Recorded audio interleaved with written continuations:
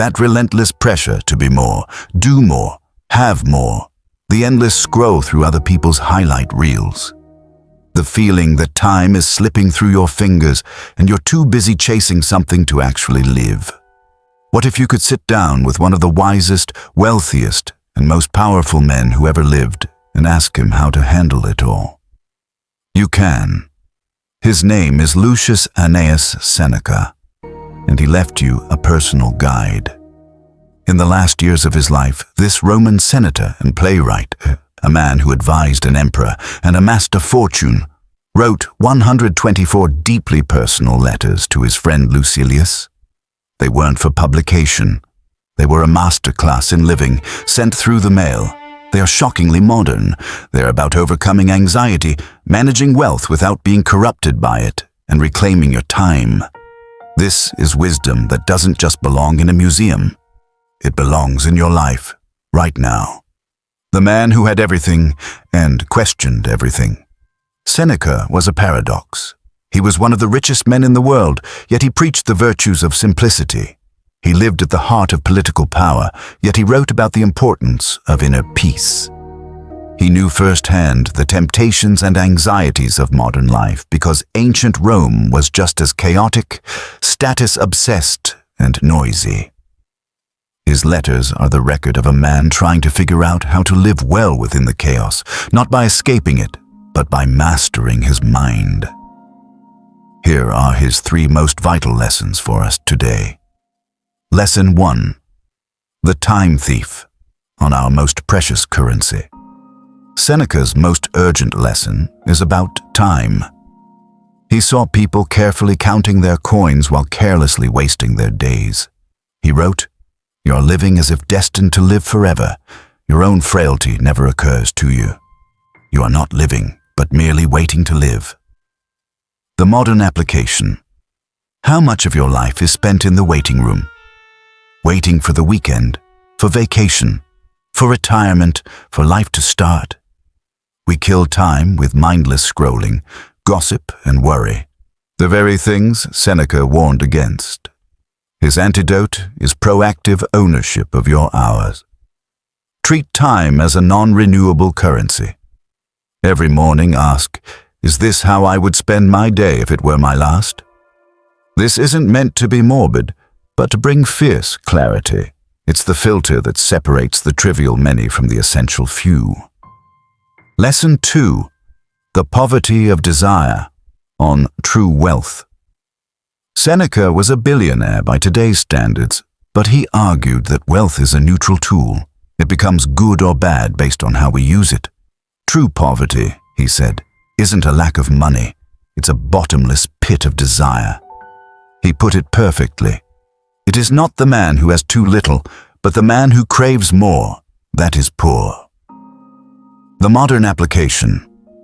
In an age of targeted ads and social media comparison, we are professionally trained to crave more. We chase the new phone, the newer car, the next vacation, believing they will finally make us happy. Seneca calls this the poverty of the soul. His practice is voluntary simplicity. Regularly choose to go without. Have a simple meal and savor it. Take a 24-hour break from spending. Delete your shopping apps for a week. This isn't self-punishment. It's liberation.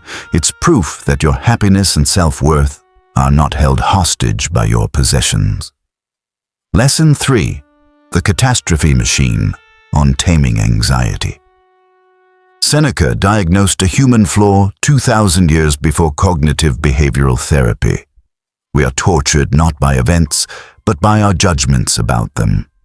Our imagination is a factory of future suffering. He wrote, "We are more often frightened than hurt, and we suffer more from imagination than from reality." The modern application. How much of your anxiety is about what might happen? The presentation that might go poorly, the comment your friend might have meant as an insult. We pre-live disasters that never arrive. Seneca's tool is the reality check.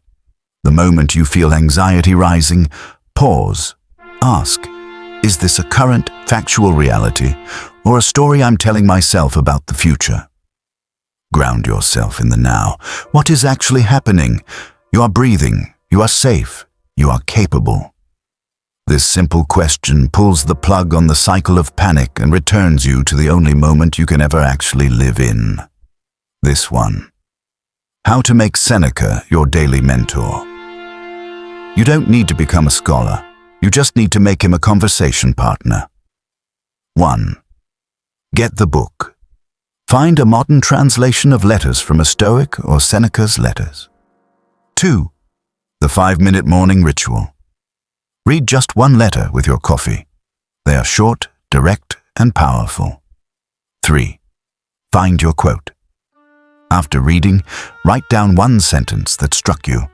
Let it be your guiding thought for the day. 4. Carry it with you. How can you live that wisdom today? Let it be your lens for making decisions and interpreting events. This small daily habit is like strength training for your character. A moment of Senecan reflection. Let's practice right now. Don't just listen. Pause. Think about yesterday. Ask Seneca's question. How much of my time was truly lived? How much was merely spent, or worse, wasted? Be honest, but not harsh. This isn't about guilt. It's about awareness. It's about realizing that today, right now, you have a new chance to invest your time more wisely, to choose to live instead of just waiting. Seneca's letters are a manual for building a meaningful life amidst the noise. I highly encourage you to let him mentor you. If you want more practical wisdom from the ancients, subscribe to the channel. In our next guide, we'll move from philosophy to action with a Stoic daily routine that combines the wisdom of Seneca, Marcus Aurelius, and Epictetus into a practical morning plan you can start tomorrow. Hit subscribe so you don't miss it. As Seneca would say, begin at once to live.